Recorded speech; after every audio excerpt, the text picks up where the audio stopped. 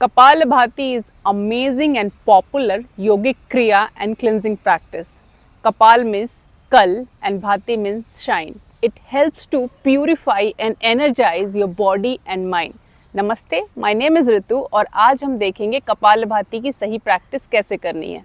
हमारी normal breath काफ़ी short और शैलो होती है, जिसके कारण हमारे शरीर से, हमारे लंग्स से कार्बन डाइऑक्साइड अच्छे से बाहर नहीं निकलता है। जब आप कपालभाति प्रैक्टिस करते हो तो ये एक्टिव और डीप एक्सलेशन है जो आपके लंग्स को प्यूरिफाई करता है, कार्बन डाइऑक्साइड को बाहर रिमूव करता है और एक्सलेशन से आपके बॉडी के टॉक्सिन भी निकलते हैं। ये रेस्पिरेटरी सिस्टम को क्लीन करता है, लंग्स की कैपेसिटी को इन्हांस करता है और इस प्रैक्टिस में आपका एब्डोमेन कॉन्ट्रैक्ट होता है। सो ये आपके एब्डोमिनल ऑर्गन को स्टिमुलेट करता है, डाइजेशन इंप्रूव करता है, पैंक्रियाज आपके अच्छे और बेटर फंक्शन करते हैं।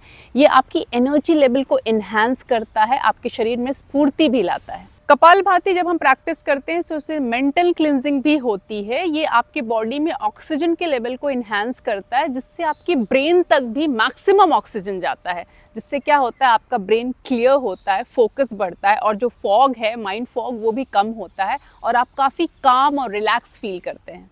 So best time to practice is early morning, empty stomach. जब आप वॉशरूम से आते हो, जब आपका पेट साफ होता है तो बेस्ट टाइम है, या फिर इवनिंग में। इन केस आप मॉर्निंग इवनिंग नहीं कर सकते हैं, आप दिन में कभी भी करते हैं, आप ध्यान रखें आपके कपालभाति के प्रैक्टिस में और खाना खाने में 3 से 4 घंटे का अंतर होना चाहिए। Please do not practice in case of menstruation cycle, pregnancy, in case if you have high BP, okay, या फिर कोई सीवियर हार्ट डिजीज़ है, या फिर आपकी एब्डोमिनल सर्जरी हुई है, अल्सर है, हर्निया है, इन केसेस में आप कपालभाति प्रैक्टिस ना करें। शुरू करेंगे, नॉर्मल ब्रेथ ले लेंगे, उसके बाद you'll start with forceful exhalation by pulling your stomach inward, and inhalation will be automatic, you're not putting any effort, and it should be rhythmic. In case if you're tired, you'll stop the practice and again you'll continue. आपका जो acceleration है वो forceful होगा, आप Excel करेंगे जहाँ आपका stomach inward आएगा, और जो इनहेलेशन है वो ऑटोमेटिक होगा, आप एफर्ट नहीं लगाएंगे, वहाँ पे ऑटोमेटिक होने देंगे। थकने के बाद आप रुकेंगे, वापस कंटिन्यू करेंगे। ध्यान रखें, abdomen in, forceful acceleration and inhalation जो है वो एफर्टलेस होगा।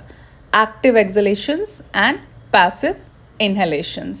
In case if you're tired, रुको, 20 strokes करो, रुको, and again you'll continue. Slowly you can improve here. अगर फिर भी आपको डिफ़िकल्टी हो रही है तो आप 1 नॉस्ट्रल कपालभाति कर सकते हैं, जहाँ एक नॉस्ट्रल को आप बंद करेंगे आपके अंगूठे से और सिर्फ दूसरे वाले नॉस्ट्रल से एक्सेल करेंगे। तो this will be little easy for you. और फिर उसी तरह से आप दूसरे नॉस्ट्रल को अपने अंगूठे से बंद करेंगे और एक्सेल करना शुरू करेंगे। तो स्टार्टिंग में अगर आप बिगनर्स हैं तो पहले आप एक नॉस्ट्रल वाले कपालभाति की प्रैक्टिस कर सकते हैं और बाद में दोनों नॉस्ट्रल से ईजिली आप कर सकते हैं। स्लोली जैसे जैसे प्रैक्टिस बढ़ाएंगे वैसे वैसे आप बेटर कर पाएंगे। आंखें बंद ही रखना है, ध्यान रखें, पीठ सीधी और एकदम रिदमिक लगाना है strokes. If you are tired, stop the practice. जो राउंड आप 20 स्ट्रोक्स या 30 स्ट्रोक्स की बनाएंगे उसके बीच में रुकना है। स्टार्टिंग में 2 या 3 राउंड सफिशेंट है और फिर धीरे धीरे आप टाइमिंग बढ़ा सकते हैं। कुछ कॉमन मिस्टेक्स देखेंगे जब हम कपालभाति करते हैं। बहुत ज़्यादा फोर्सफुल एक्सलेशन करना, या फिर शोल्डर मूव करना, ओके, या फिर फेस में क्रीजेस, ऐसे फेस में क्रीजेस बनाना, या फिर राउंडिंग योर बैक इस तरह से, या फिर आपकी बॉडी या फेस को टाइट करना, ये सब चीज़ें हमें नहीं करनी है। Hope this is helpful. Thank you.